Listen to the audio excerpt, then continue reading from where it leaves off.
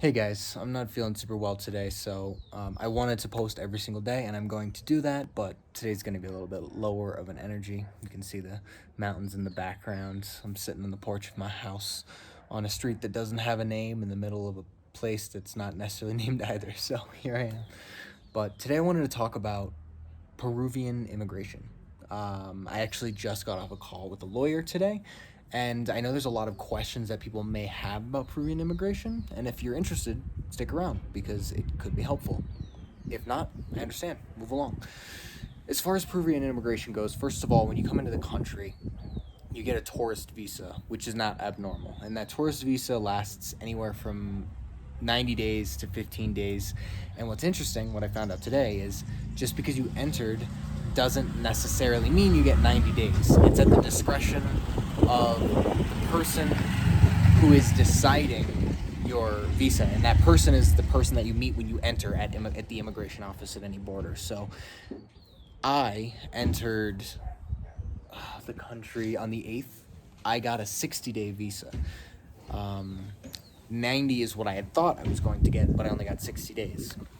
So, that being said, my visa, when I thought I was going to have 90 days to figure out what I was going to do, now I only have 60 days. You can find out this information, I guess, by going on their immigration website. I just had the lawyer that I talked to do it for me, but there is a way. So, there's that, first of all. During that tourist visa time, you are able to decide what you're going to do. You have, during that visa, to sign any official documents to start your residency process. Otherwise, you have to leave the country and come back. If you're on tourist visas and you don't have, or any other visa that isn't permanent, you can stay for 6 months out of the year. Otherwise, you can't. As far as those 6 months, they're not going to be able to be consecutive in most cases. You're going to have to come and go, and you get 90 days each time, so you can come and go twice, essentially. As far as moving forward with all of that, the actual options that you have are pretty limited, it seems. First of all, you can get accepted into some sort of university, and it's not necessarily a permanent residency. It's just you get however long that you're studying at that university. That's how much time you get. Otherwise, the options that I was given, I'll give you those. So the first option that I was given was I can open up a corporation here and essentially employ myself, and through that process I can become a resident because the company that is operating here needs me here, and I create a contract essentially with my own company saying that I am a worker for it and I get to stay here. So it's an interesting option. I would have to pay taxes. Apparently the taxes here are 1% of your income up to 30%, depending on certain things. I guess the type of business that I would be in would require 1.5% of my income, which, sorry, I told you I'm sick. Holy, compared to the US, that's a huge difference. However, the process of incorporating and paying taxes, I'd have to pay taxes monthly because that's how Peru does it, and then I have to pay taxes again at the end of the year for anything that wasn't paid monthly. And even if I'm not paying anything at the end of the year, I have to declare what I paid and all that stuff, so it's kind of a headache.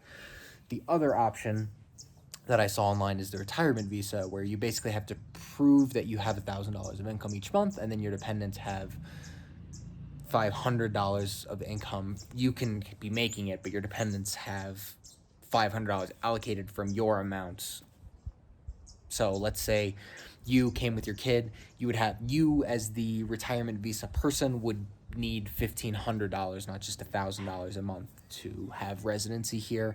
And your dependent would immediately, or your spouse or whatever, they would immediately gain permanent residence as well. Permanent residence is strong. You would get residency for a year, and after you do that 3 times, then you can apply for permanent residency once you've maintained within the law for 3 years of residency status, and you've maintained for 3 years that you are a resident here, and spent 183 days out of the year here, you can apply for a permanent residence. That's not citizenship, that's just you get permanent residence if they accept you. You can get a passport if you want, and you're basically, you don't have to apply for anything else. You just live here, and they don't ask you any questions about that. You can come and go as you please. It's really interesting. My issue with it is I am trying to figure out what route I want to go. I'd like to go the retirement visa because you don't have to pay taxes that way. However, the problem with that is I currently don't have $1,000 of income to provide on paper. I can provide a passive income, but I won't be able to provide future income at the moment. So that's a little bit difficult for me. Also, in the U.S., not all of the income I make is like mine. It also goes into my business.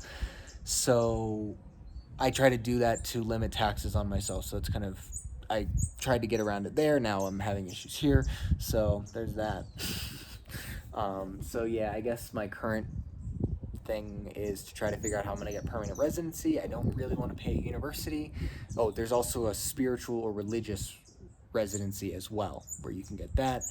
I would have to get someone or an organization that is accredited with the Peruvian government as a religious organization to say that I am a part of that religious organization, and then I can stay here.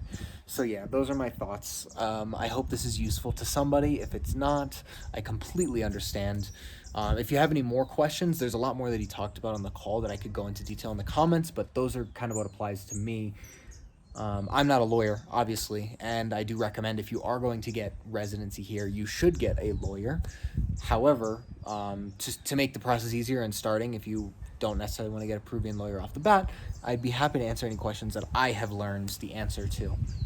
Otherwise, right about here where the mountain is, there's going to be a video that was perfectly crafted just for you. Click on that bad boy. Do it right now. Yeah, right there. Click it and go off to wherever YouTube tells you is perfect for you.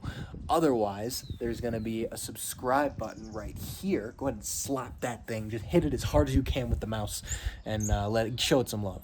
Otherwise, I appreciate you guys, and I will see you soon.